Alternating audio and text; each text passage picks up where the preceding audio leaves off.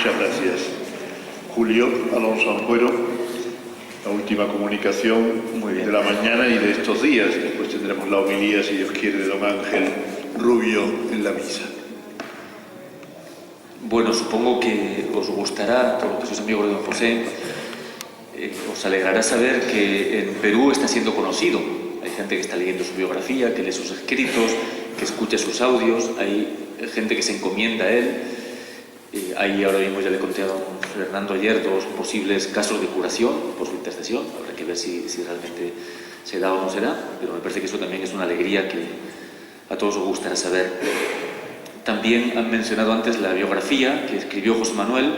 El próximo día 20 va a salir una nueva edición en Monte Carmelo. Es prácticamente el texto de Gratis Date, con algunos retoques, pero eso sí, una edición ya mejor, ¿no? Gratis Date era la edición barata, popular. Esta otra saldrá un poquito mejor y también con más difusión en librerías, etc. Me ha alegrado también que estos días se hayan incorporado nuevas figuras de ponentes y sobre todo porque estos días nos ha recordado que hay tanta riqueza en don José, en su vida y en sus escritos, que tenemos que seguir profundizando en ello. Ayer mencionaban su espiritualidad eucarística, pero tantos otros temas, su espiritualidad trinitaria, su concepto de santidad. Hay que seguir estudiando porque es realmente una mina.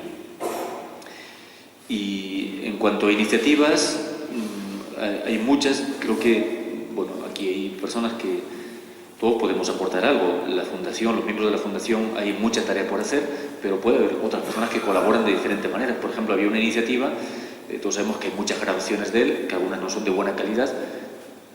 Alguien podría preparar quizás un CD con unos ejercicios para sacerdotes, unos ejercicios para religiosas, unos ejercicios para seglares, un retiro de Adviento, uno de Cuaresma, etc.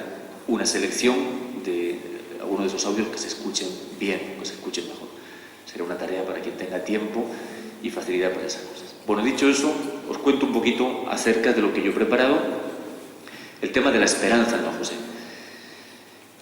Está claro que los que le han conocido, le hemos tratado, es uno de los rasgos que brillaba en él con una fuerza, una intensidad muy especial. Esa esperanza que no defrauda, es esperar contra toda esperanza. Cuando te acercabas a él, descubrías con gozo que él esperaba de Dios tu santidad. Aunque tú no la esperabas, él la esperaba. Vivía intensísimamente las 3 virtudes teologales y la esperanza era como el motor que impulsaba toda su vida, toda su actividad. La contagiaba también, te levantaba. Prácticamente lo que voy a hacer es casi hilvanar una serie de textos, porque lo que yo diga sería empeorarlo. Su expresividad, su lenguaje es tan rico que casi voy a hilvanar una serie de textos suyos, y los epígrafes son también textos, citas textuales suyas. Primero, todo consiste en estar a la espera del milagro. Hay un texto que ya han mencionado, como la esperanza no es en él algo natural, no lo voy a repetir. Otro texto dice: confiar intensamente, rechazar más que cualquier otra cosa las tentaciones de desmayo o incluso del desinterés que engendra la desconfianza respecto de mí y de los demás, de todos, de cualquiera. Podemos llegar a cumbres jamás conjeturadas por hombre alguno. Estamos llamados eficazmente a elevaciones incomparablemente más sublimes de cuanto pensamos. Insistir, predicando, con oportunidad y sin ella. No dejarme, yo al menos, corromper por el ambiente naturalista. Después de una temporada que él considera mediocre, escribe: comencemos de nuevo, esperando. La única virtud en que no creo que me aventajen muchos es en la esperanza. Esta capacidad de volver a esperar, a empezar, o ni siquiera volver, sino proseguir esperando, pese a las objeciones más aparentemente definitivas contra la esperanza. Sin más motivo que la pura fe. Que a mis 58 años, con la historia que tengo detrás, continúe esperando, me resulta literalmente un milagro. Porque espero. La santidad heroica es hoy mi objetivo, como lo era a los 14 años. No le debo a Cristo, tras la historia de su fidelidad frente a mis infidelidades permanentes, esta esperanza, este deseo vivo. aunque tantas veces ineficaz, esta confianza inquebrantable, pienso que la desconfianza sería el único pecado imperdonable. Y escribiendo a una persona en una carta, dice: es ley inmutable, una especie de ley en la vida espiritual. Al menos en la medida que espera, recibe. Al menos. No digo lo que espera en concreto. A lo mejor le conviene otras gracias previas de esas que no se advierten con facilidad, precisamente porque son más fundamentales. Pero sí que a la medida de la esperanza es la donación. Eso sí, puede superarla, pero jamás será inferior. Segundo, lo peculiar de Dios es hacer maravillas. Su esperanza brota de este conocimiento experimental de la grandeza del amor de Dios, de su poder, y escribe: todo esto es maravilloso, pero lo peculiar de Dios es hacer maravillas, y la tarea del hombre, glorificarle, consiste esencialmente en esperarlas de Él. Dejar a otros el trabajo de realizar con sus esfuerzos, no faltaba más, con la ayuda de Dios, mediocres tareas. Para mí queda esperar de Él obras perfectas. El que cree en mí hará las obras que yo hago y las hará mayores, porque voy al Padre. Esta es la glorificación de Jesucristo resucitado. Si casi nadie se fía de Dios, si casi todos dicen que hay que poner de nuestra parte y entienden por eso hacérmelo yo todo, es porque casi nadie ha tenido ni un día de confianza sin más, y por tanto no le ha dado ocasión para mostrar esa ternura inmensa de que él mismo alardea en la Biblia. Y por eso invita a los dirigidos a hacer estos actos de confianza repetidos. Confianza tranquila, sigue escribiendo en otro texto del diario. Confianza tranquila en el amor omnipoderoso del Padre. Esperar sin más. Cada visión admirable se convierte antes o después en ejecución maravillosa si la recibimos con esperanza. Es asombrosa la resistencia de la gente a dedicar un rato a volver breve, pero muy frecuentemente, a esta reiteración de los actos de confianza que Él mismo nos ha enseñado, a ejercitar la poca que se tenga. Y sin embargo, con eso venía después todo lo demás. Él lo daría, pues la confianza nos abre a sus dones, incluso milagrosos. Uno de los obstáculos en nuestro progreso es que nos vemos más a nosotros que a Dios con su amor. Todo esto incluso en medio de las dificultades. Escribe una vez más: las dificultades son la ocasión para el milagro. Impresionante. Antes iba a decir, bueno, creo que algunos de estos textos, creo que no exagero, sinceramente, no creo hablar con pasión de hijo, me parece que son merecedores de figurar en una antología de los mejores textos espirituales de todas las épocas. Creo que ahora que la Iglesia nos ha dado esta certeza de declararlo venerable, podemos hablar con esta autoridad. Es más, siento que tenemos el deber, más que nunca, de dar a conocer toda esta riqueza que no es nuestra, de unos pocos, sino es de la Iglesia entera. Las dificultades son la ocasión para el milagro. No exigir el aspecto milagroso en las conversiones, pero no excluirlo, porque como amor Dios tiene de sobra para realizarlo, y porque no es dudoso que se complace en llevarlo a término. Junto con la confianza, el deseo. Si realmente, como pienso, Dios me encarga de la misión arriba expresada, si realmente los deseos espirituales no pueden fallar, puesto que es el mismo Dios, el mismo Espíritu, quien los crea para que se realicen fructuosos, este deseo que yo tengo, dice él, este deseo de conversión de la Iglesia particular, en que Dios me encarga elaborar, por la cual el Espíritu me mueve a pedir en la liturgia misma, no puede quedar infecundo. Imposible, he escrito muchas veces, según el pensamiento de Santa Teresa de Lisieux, que Dios ponga deseos que no va a cumplir, muy por encima de lo que nosotros creemos esperar. La esperanza es virtud abierta, que se mide por la inconmensurable misericordia divina.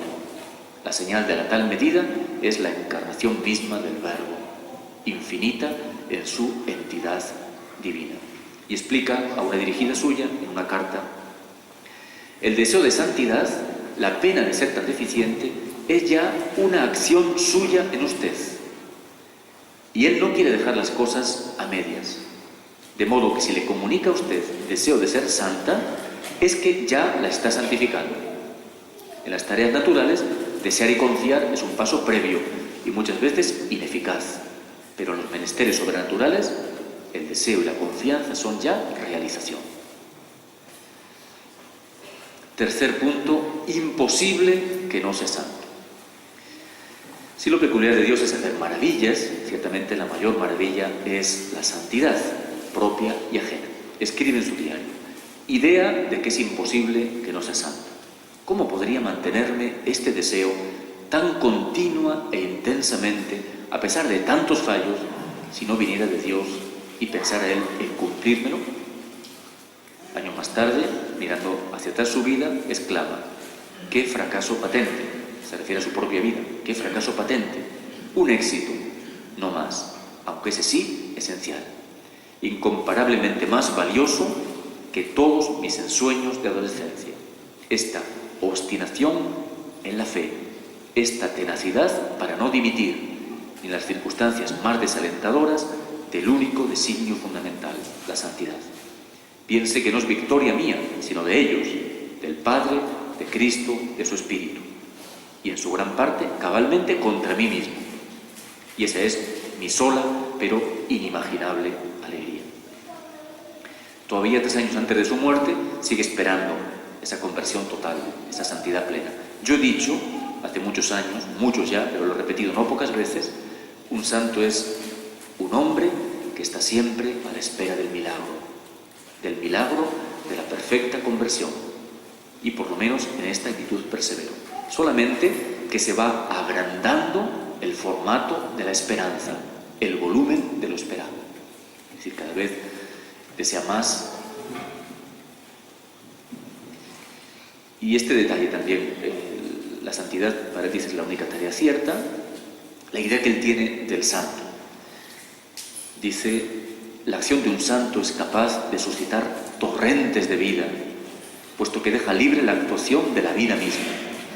Un santo es fuente de crecimiento incalculable, pero en un santo de esta época de la Iglesia debe ser una especie de ciclón, o mejor, una permisión necesaria en su plan para que el Espíritu sople en huracán sobre la tierra.